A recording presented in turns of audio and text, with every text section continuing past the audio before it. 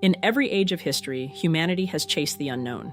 Not just through the dark corners of time, but through the strange materials we thought could rewrite the rules of reality. Writings about mysterious liquids found in ancient ruins, strange substances that fall from the sky, and even potentially world-ending material hidden in government files no one's supposed to see. Some promise power, some promise immortality, and some seem to defy the very laws of nature. Take red mercury, for example, said to be a blood-red liquid capable of fueling nuclear weapons, but vanishes whenever someone tries to prove it exists. Or Orichalcum, the lost glowing metal of Atlantis, described by Plato and hunted by explorers who swear they were close to finding it before it slipped back into legend. Then there's star jelly, a pale, gelatinous mass that appears after meteor showers, then dissolves before anyone can explain what it is. There's Alkahest, the alchemist's dream of a universal solvent. It was said to dissolve any substance, maybe even the line between the living and dead. And finally, Soma, the sacred drink of the gods, once worshipped in ancient India, now lost to history. A liquid said to grant divine vision and immortality to those who drank it. Each of these substances carries its own legend. Each blurs the line between fact and faith, science and superstition. They've inspired obsession, fraud, and even death. Because wherever there's the promise of power, there's always someone willing to risk everything to find it. On this episode of Fireside Unsolved, we explore 5 of the most mysterious substances ever recorded. The myths, the evidence, and the dark fascination that keeps their stories alive. Because the real story isn't really about what these things were, but about why humans throughout history repeatedly believe they're out there.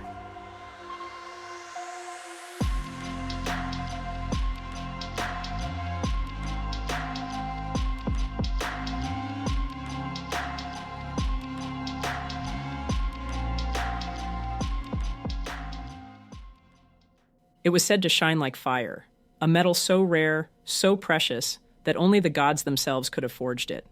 The ancient Greeks called it Orichalcum, and for centuries, it existed somewhere between fact and folklore, history and myth. Plato wrote that the city of Atlantis shimmered with it. Its outer walls were covered in the red gold alloy, and the city was so bright it could be seen from across the sea. To those who believe in Atlantis, Orichalcum wasn't just a metal. It was proof. Evidence that Atlantis wasn't just a story, that somewhere, once, a civilization far beyond its time really existed. But for historians and scientists, Orichalcum became something else entirely, a mystery of a strange material that has refused to die. There are no records of how to create it, no confirmed samples that could be studied. All that's left are stories and the whisper of a material that was said to be worth more than gold. For centuries, it was assumed to be a myth, until in 2015.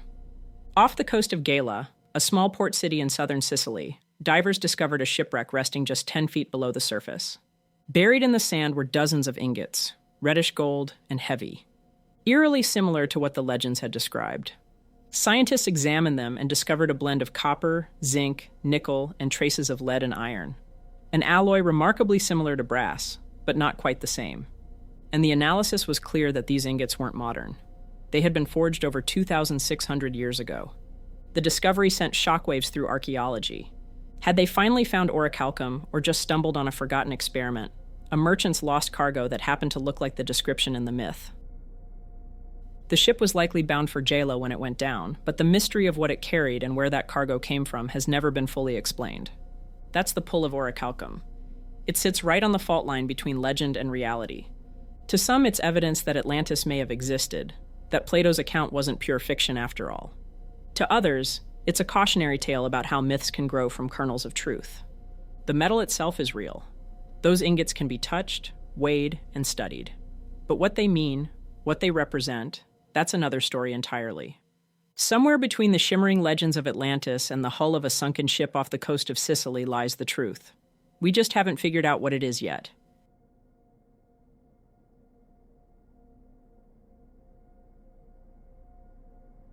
It's been called a superweapon, a hoax, and a secret that the world was never meant to know about. It's called red mercury, a blood-red substance so powerful, so dangerous, and so unstable that just a few grams were said to tip the scales of global power. The rumors began in the late 1980s, in the dying years of the Cold War. Rumors spread through the cracks of intelligence circles and black markets that the Soviet Union had developed something new. A mysterious red liquid said to be capable of triggering thermonuclear reactions, and it was small enough to fit in a suitcase. Some claimed it was a mercury compound mixed with antimony and other classified elements. Others said it was a superconductive material meant for next-generation weapons. The details changed, but the fear of red mercury didn't. When the Soviet Union collapsed, the world was suddenly flooded with loose nukes, missing scientists, and a lot of paranoia. That's when the stories of red mercury exploded. Dealers in the Middle East and Europe claimed to have it. Intelligence agents started chasing rumors across continents.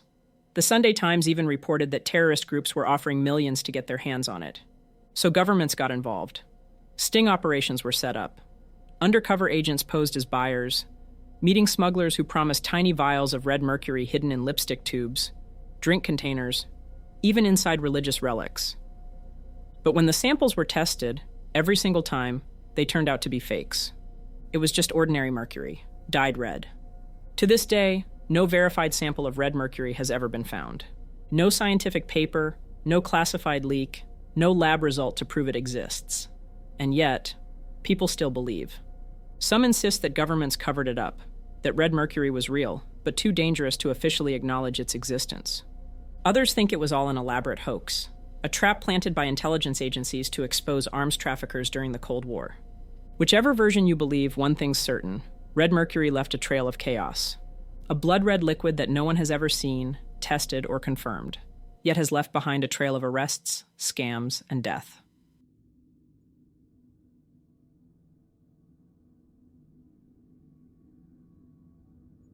It usually appears without warning, translucent, colorless, and clinging to grass or rocks after a meteor streaks across the night sky. Locals wake up to find it scattered across fields or hanging from tree branches, like something that doesn't belong, something not of this world. It's been named star jelly, a strange gelatinous substance that for centuries has been linked to the heavens. Reports of star jelly stretch back hundreds of years. In 14th century Scotland, it was known as poudre d'étoile, or star shot.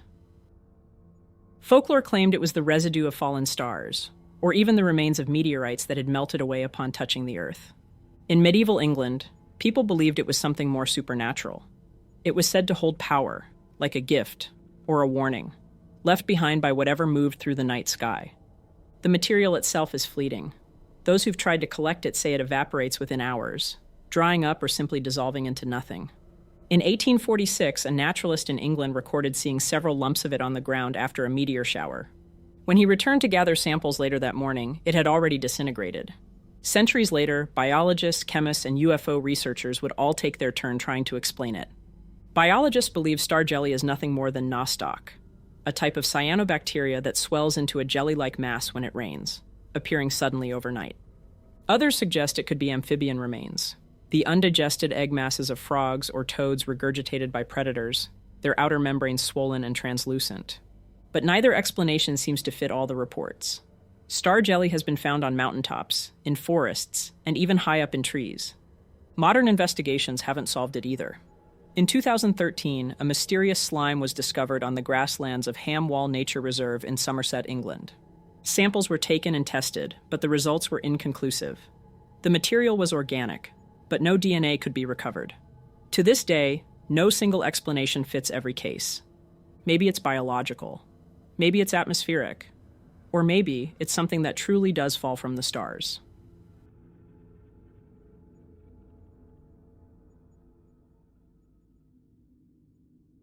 In the world of alchemy, where science and mysticism blurred into one another, few substances were as sought after, or as feared, as the Alkahest. Known as the universal solvent, it was said to be a liquid capable of dissolving any material on Earth, even gold. To those who pursued it, Alkahest wasn't just a chemical formula. It was the key to unlocking the secrets of creation itself. The idea dates back to the 16th century, when the Dutch physician and alchemist Paracelsus first described a powerful substance that could break all things down to their purest form. He called it Alkahest, a word that seems to come from the Arabic alkali, meaning alkali, though its exact origin remains uncertain. Paracelsus claimed it could dissolve any solid, purify matter, and even separate spirit from flesh, a tantalizing promise for those chasing the ultimate truth of the universe. But there was a problem. If Alkahest could dissolve anything, how could it ever be contained? The paradox alone made it a philosophical riddle as much as a chemical one. Yet for generations, alchemists claimed to be on the verge of finding it. Johann Rudolf Glauber, a German chemist in the 17th century, believed he had discovered Alkahest in a solution of alcohol and potassium carbonate. Others insisted it was nitric acid, or even mercury itself. Each claimed success, but none could produce a substance that matched the mythical power described by Paracelsus. Behind the mystery was a darker obsession, the idea that Alkahest could dissolve not only metals, but imperfections. To some, it became a metaphor for spiritual purification, a way to cleanse the soul through chemistry. To others, it was a dangerous temptation, the promise of ultimate control over nature. Records from the time describe secret experiments, failed concoctions, and the lingering belief that Alkahest could be the key to eternal life. Modern historians view Alkahest as a symbol, an impossible ideal that drove early scientists to explore chemistry, metallurgy, and medicine. The search for it may have been futile, but the pursuit changed the world. It led to the discovery of acids, solvents, and the foundations of modern chemistry. In that sense, Alkahest did exactly what it promised. It broke down the old world, leaving something new in its place. Like the great mysteries of time, the story of Alkahest isn't about the substance itself. It's about the obsession. It's about what people are willing to chase and what they lose along the way. In the end, the universal solvent may never have existed, but its legend continues to dissolve the line between myth, science, and the human need to uncover what lies beneath our reality.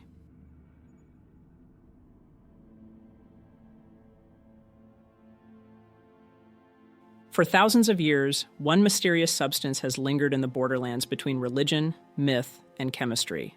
A sacred drink known only as Soma. In the ancient texts of India, Soma was no ordinary beverage. It was divine. The Rig Veda, one of the oldest known scriptures on Earth, describes Soma as both a god and a drink. Something living, glowing, and powerful enough to grant immortality. It was said to flow like fire, to sharpen the mind, to fill warriors with strength, and to carry priests closer to the heavens. In these ancient hymns, kings and seers consumed Soma to commune with the divine, to see the world as the gods themselves did. But what was Soma? That question has haunted historians and scientists for centuries, because the ingredients were never clearly written down. Some scholars believe that the knowledge of Soma's preparation was deliberately hidden, a secret passed only through spoken ritual, eventually lost to time. The search for Soma has taken modern researchers from the Himalayas to the deserts of Central Asia, and theories abound.